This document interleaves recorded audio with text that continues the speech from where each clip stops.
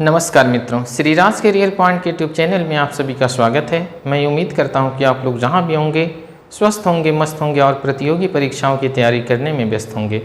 मैं आपकी तैयारी में सहयोग कर सकूं इस उद्देश्य से आज टॉपिक लेकर के आया हूं ब्लड रिलेशन।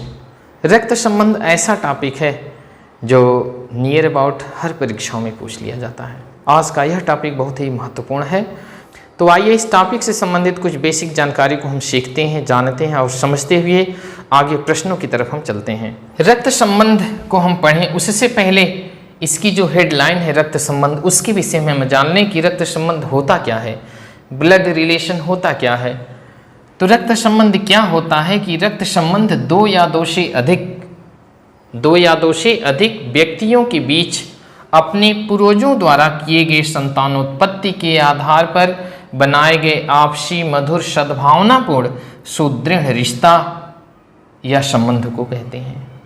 ये आपके रक्त संबंध की फुल डेफिनेशन है। इसके अनुसार आप समझ पाएंगे कि रक्त संबंध क्या है। हमारे पूर्वजों द्वारा जो संतानोत्पत्ति का कार्य किया गया है उसके द्वारा बनाया गया जो आपसी सद्भावनापूर्ण सुदृढ़ रिश्ता या संबंध है, उसी को रक्त संबंध या ब्लड रिलेशन कहते हैं। तो प्यारे बच्चों, ब्लड रिलेशन से संबंधित परीक्षा में विविध प्रकार के प्रश्न आते हैं। उन प्रश्नों को हम 3 भागों में बांटते हैं। तो 3 टाइप्स कितने बनते हैं? 3 टाइप्स के प्रश्न परीक्षा में आपके आते हैं इस एक्सरसाइज से। तो पहला जो टाइप्स बनता है पजल फॉर्म। पहली जो कैटेगरी के क्वेश्चन हम लोग देखेंगे वह पजल फॉर्म का आया होगा। जो सेकंड है वह पॉइंटिंग फॉर्म। पहला पजल फॉर्म हो गया, दूसरा पॉइंटिंग फॉर्म हो गया और जो तीसरा टाइप्स बनता है वह कोडेड रिलेशनशिप। इनमें कैसे कैसे प्रश्न आएंगे आगे हम वीडियो में आपके सामने रिप्रेजेंट करेंगे। फिलहाल आगे आप देखिए। ये समझने के लिए आप फैमिली ट्री भी जानते रहें। फैमिली ट्री में क्या होता है? फैमिली ट्री को 2 टाइप्स से बंटवारा करते हैं। डिफरेंस बिटवीन रिलेशनशिप के आधार पे पहली कैटेगरी होती है जनरेशन गैप और दूसरी कैटेगरी हो जाती है जेंडर गैप। तो अकॉर्डिंग टू जनरेशन गैप के आधार पे क्या होता है कि दादा या दादी माँ होती हैं, ग्रैंडफादर ग्रैंड मदर, उनके बिलो उनके नीचे आप जाएंगे तो फादर मदर अंकल आंट आ जाते हैं। उसके बाद सन या डॉटर आ जाता है। उसके बाद सन या डॉटर का जो पुत्र है या पौत्री है वो आ जाते हैं। इस प्रकार जनरेशन आपका चलता रहता है। रक्त संबंध के प्रश्नों को हल करने के लिए कुछ और बेसिक कॉन्सेप्ट आपका क्लियर करें। यदि मेल होगा तो उसके लिए हम त्रिभुज बनाएंगे, ट्रायंगल शेप लेंगे, और यदि फीमेल है तो उसके लिए सर्किल लेते हैं। अब देखिए, पहली पॉइंट आपके सम्मुख है कि A is father of B. It means A B का पिता है। इसमें पिता कौन है? ए है। किसका पिता है? बी का। तो ए जब पिता है तो इसको ऊपर रखिए और बी इसका बेटा या बेटी होगा, इसको नीचे रखिए। क्योंकि ये कन्फर्म है कि ए पिता है, क्योंकि कहा कि A is father of B, अर्थात ए बी का पिता है। तो ए पिता कन्फर्म है, अर्थात यह मेल कैंडिडेट है, तो इसको त्रिभुज में रख देंगे। और बी कन्फर्म नहीं है कि यह पुत्र है या पुत्री है, तो इसे वैसे ही खाली रखेंगे। तो इस सेंटेंस में कि A is father of B या ए बी का पिता है, इसको इस रूप में हम रिप्रेजेंट करेंगे। सेकेंड पॉइंट आप देखें कि A is mother of B, अर्थात ए बी की माँ है। अब ए बी की माँ है तो ये कन्फर्म है कि ए क्या है? माँ है। किसकी माँ है? बी की। तो बी नीचे रहेगा और बी की ऊपरी पीढ़ी क्या है? माँ है। क्योंकि ये माँ फीमेल है इसलिए इसे सर्किल के अंदर रिप्रेजेंट करेंगे। तो इस प्रकार ए इज मदर ऑफ बी या ए बी की माता है, इसको हम इस रूप में रिप्रेजेंट करेंगे। थर्ड पॉइंट आपके सम्मुख है कि A is a son of B. A क्या है? ए इज सन, ए बेटा है या ए पुत्र है, किसका? बी का। ए बी का पुत्र है, तो किसका पुत्र है? ये बी का पुत्र है, इसलिए बी ऊपर रहेगा और ए चूंकि पुत्र है कंफर्म है कि मेल कैंडिडेट है, इसलिए नीचे रहेगा। तो इसे इस रूप में रिप्रेजेंट करेंगे कि बी, फिर नीचे ए लिखेंगे, ए को ट्रायंगल में लिख देंगे। फोर्थ पॉइंट को आप देखें, A and B are brother, A और बी भाई हैं। यहाँ कंफर्म है कि भाई हैं। जब सेम जनरेशन होगा, जब सेम पीढ़ी होगा तो उसे एक छेद में लिखेंगे, और जैसे ऊपर नीचे पीढ़ी चलेगी वैसे आप ऊपर नीचे लिखिएगा। यदि दादा या दादी की बात आ जाती तो उसे एकदम ऊपर, उसके नीचे माता पिता वाली पीढ़ी को, उसके नीचे उसके बच्चे वाली पीढ़ी को लिखेंगे।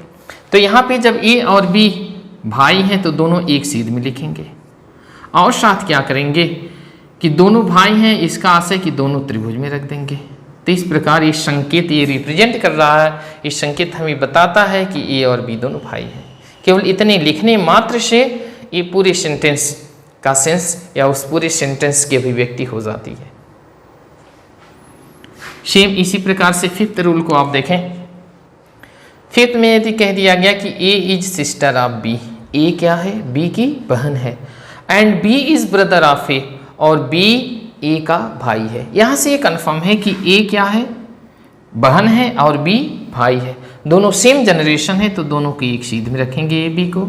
चूंकि ए बहन है तो इसको सर्किल में, फीमेल को, बी भाई है तो इसको ट्रायंगल में, दोनों एक दूसरे की छेद में लिखेंगे। छठा आप देख लें, ए इज वाइफ ऑफ बी, यहाँ भी सेम जनरेशन है, एक पीढ़ी की बात हो रही है। ए क्या है? वाइफ है। किसकी वाइफ है? बी की। तो ए वाइफ है तो ए को सर्किल में रखेंगे, और बी हस्बैंड है तो इसको ट्रायंगल में रखेंगे। प्लस लगा देंगे कब? कपुल के लिए। तो कपुल के लिए प्लस साइन का इस्तेमाल आप कर लीजिएगा। आइए सेवेंथ पॉइंट को हम ध्यान से देखें। A is paternal uncle of B. जब पैटर्नल शब्द आ जाएगा तो वहाँ आप समझिएगा कि पिता की तरफ से पितृपक्ष वाला रिश्ता या रिलेशन चलेगा। तो यहाँ A is paternal uncle of B. अगर आप सोच रहे हों कि यह बी के चाचा कौन है? ए है, तो ऐसे हम रिप्रेजेंट कर देंगे। चूंकि चाचा हैं, मेल हैं, तो बी के चाचा ए हो गए। तो ये आपका जो रिप्रेजेंटेशन है, प्रस्तुति, इसे आप करेक्ट नहीं कहेंगे कि बी के कोई पिता होंगे और इस पिता के कौन है? ब्रदर ए हैं। ये आपके जाके करेक्ट हुआ। तो इस रूप में इसे हम अभिव्यक्त करेंगे। आठवें पॉइंट पे हम नजर डालें, A is maternal uncle of B. इससे यह स्पष्ट है कि बी की मैटरनल अंकल है, मामा भी कहा जाता है। तो बी के मामा कौन है? ए हैं। तो यह स्पष्ट है कि ये मेल है, इसलिए इसे ट्रायंगल में आप रख सकते हैं। अब यहाँ से यह स्पष्ट नहीं हो पा रहा है कि बी की मामा है। बी की क्या ये हो जाएंगे? पिता। पिता के लिए भी तो ऐसा आया था, इसके पहले आपने रिप्रेजेंट किया था। तो ये करेक्ट नहीं होगा। करेक्ट क्या होगा कि बी की माता और माता के भाई। जब इस रूप में हम रिप्रेजेंट करेंगे तो यह A is maternal uncle of B को इस रूप में रिप्रेजेंट करेंगे कि बी की माता और इसका ए भाई, मैटरनल अंकल हो गए। नवे पॉइंट को नजर डालें, A is grand father of B. A is grand father, A क्या है? दादा। किसके? बी के। तो बी के कोई पिता होंगे और पिता के ये दादा हैं, इसलिए ए को हम ट्रायंगल में रखेंगे। तो संरचना या इसका डायग्राम कुछ ऐसे हम बनाएंगे कि बी के पिता, पिता के पिता हो गए, बी के दादाजी हो गए। ऐसे ही 10th पॉइंट पे नजर डालें, A is maternal grandfather of B. A is maternal grandfather of B. तो बी के ये माता हो गई और इनके पिता हैं। इसको इस रूप में हम रिप्रेजेंट करेंगे। यदि कहा कि A is maternal grandfather of B, अर्थात ए बी के नाना हैं, तो आप इसका रिप्रेजेंटेशन इस रूप में करेंगे कि बी की माता, माता के पिता। यदि कह दें कि ए बी के दादा हैं, तो बी के पिता, पिता के पिता। यहाँ पे बी की माता, माता के पिता। इस प्रकार बी के नाना ए हो गए और बी के दादा ए। ऐसा कुछ आप डायग्राम बना करके प्रश्न को हल करेंगे।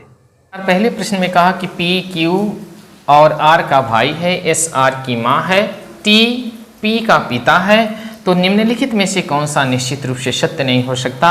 इन विकल्पों में से आप असत्य को छांट पाएं, इसके पहले आपको फैमिली ट्री बनाना होगा। फैमिली ट्री बनाएंगे कैसे? पहले वाक्य पे आप ध्यान दें कि P, Q और R का भाई है, तो P, Q और R ये सब सेम जनरेशन का है, इसलिए इन्हें एक सीध में हम रिप्रेजेंट कर देते हैं। P भाई है, इसलिए इसे त्रिभुज के अंदर हम रखते हैं। जो अगले वाक्य में कहा है कि S R की माँ है, S किसकी माँ है? R की, तो R की माँ है कौन? S ऊपर रिप्रेजेंट करके और इसे वृत्त के अंदर रख देंगे, क्योंकि फीमेल के लिए हम वृत्त का साइन लेंगे। आगे तीसरे वाक्य में कह रहा कि T P का पिता है। T किसका पिता है? P का, तो T को P के ऊपर रिप्रेजेंट करेंगे, चूंकि ये पिता है इसलिए इसे त्रिभुज के अंदर हम रख देते हैं। अब उसके उपरांत T और S में क्या रिलेशन है? चूंकि ये सब भाई बहन और इसकी माता A है और P का पिता T है, इसलिए ये दोनों कपल होंगे, पति पत्नी होंगे। T पति होगा और S पत्नी होंगी। ये आपके फैमिली ट्री बनकर के तैयार हुआ। अब आइए विकल्पों पे आप नजर डालें।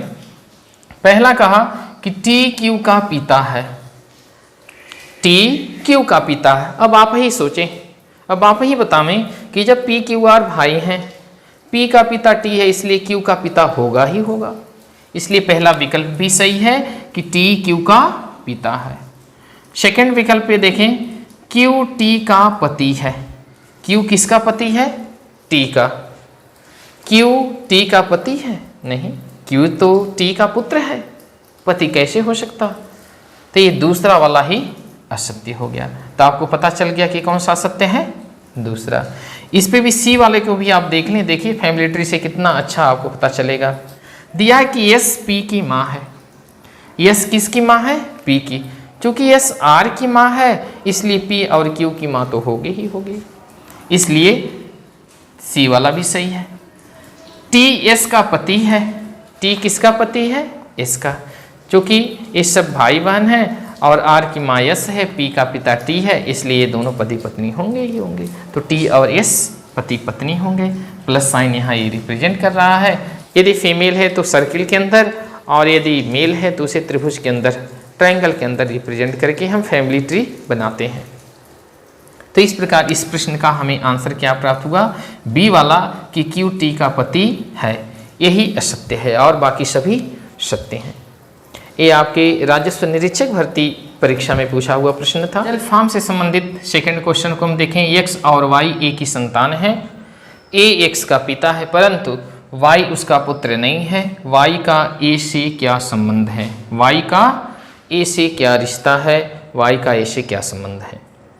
अब विकल्प है बहन भाई पुत्र पुत्री, इसे आप कंफर्म करें। इसके पहले फैमिली ट्री हम बनाते हैं।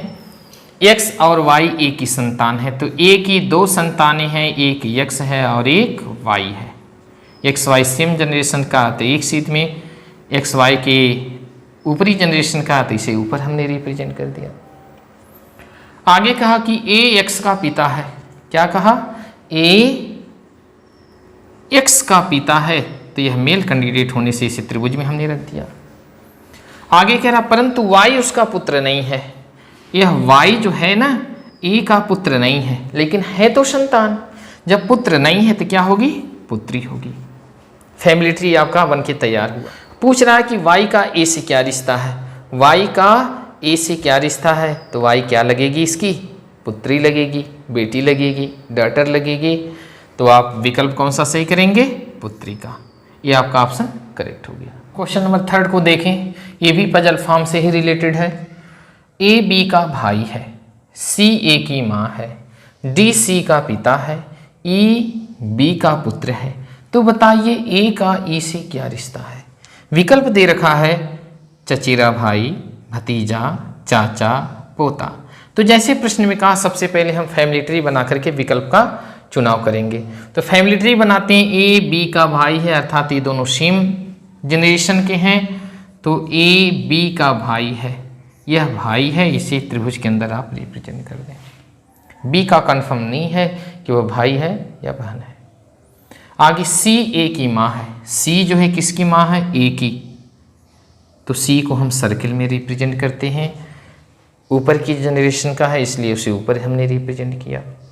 आगे कहा कि डी सी का पिता है। सी का पिता कौन है? डी है। ये कन्फर्म है कि पिता है, मेल है, तो इसे हम त्रिभुज में रिप्रेजेंट कर दिए, त्रिभुज के अंदर रखा इसे। ई बी का पुत्र है। ई कैंडिडेट जो है वह बी का पुत्र है, तो बी से निचली जनरेशन का है, इसलिए इसे त्रिभुज के अंदर बी के नीचे रख दे रहे हैं। अब प्रश्न में आपसे पूछ रहा है कि ए का ई से क्या रिश्ता है, ए ई का क्या लगेगा? तो यदि बी ए का भाई हो जाता तब तो ए चाचा हो जाते ई के। यदि ए की बहन होती बी तब ए मामा हो जाते। अब विकल्प में देख लेते हैं, ए या तो ई के चाचा लगेंगे या मामा लगेंगे। विकल्प में केवल चाचा दिया है, इसलिए चाचा वाले विकल्प को हम सही कर लेंगे। यदि मामा देता तो मामा वाले को सही कर लेते। ये चाचा दे रखा, इसका आशय है कि ये भी भाई है, यह मेल कैंडिडेट है। तो यहाँ से हमारा उत्तर क्या प्राप्त हुआ कि ए का ई से क्या रिश्ता है, तो ये चाचा हो गए। चलिए प्यारे बच्चों, चौथा प्रश्न है पजल फॉर्म का, देखिए इसे। ये प्रश्न आपके IASC सेट में आया हुआ प्रश्न है। 6 व्यक्तियों A B C D E और एफ एक परिवार में निम्नलिखित संबंधों का परीक्षण कीजिए। 6 व्यक्तियों का एक परिवार है जिसमें कुछ रिलेशनशिप दिया है, संबंध दिया। उन संबंधों का परीक्षण करके हमें दिए हुए विकल्प में से सही आंसर का चयन करना है, सही उत्तर का चयन करना है। पहला संबंध दिया है कि पुरुषों की संख्या स्त्रियों की संख्या के बराबर है। परिवार में 6 सदस्य हैं, इसका आशय ये है कि 3 पुरुष होंगे और 3 महिला। ये पहला हमें बताता है। सेकंड बता रहा है कि ए और ई एफ के पुत्र हैं। ए और ई एफ के पुत्र हैं, इसका आशय क्या है कि एफ के 2 पुत्र हैं, ए और ई। डी 2 व्यक्तियों एक पुत्र एवं एक पुत्री की माता है। चौथा संबंध है कि बी ए का पुत्र है।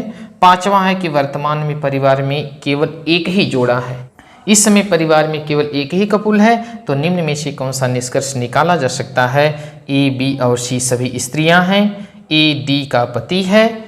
तीसरा विकल्प है ई और एफ डी की संतानें हैं, और चौथा है डी एफ की पौत्री है। तो इनमें से कौन सा विकल्प सही होगा, इसलिए हम फैमिली ट्री बनाते हैं। आइए तो देखिए कैसे बनता है फैमिली ट्री। कहा कि पुरुषों की संख्या स्त्रियों की संख्या के बराबर है। दूसरा में कि ए और ई एफ के पुत्र हैं, तो एफ के 2 पुत्र हो गए। कौन कौन? ए और ई।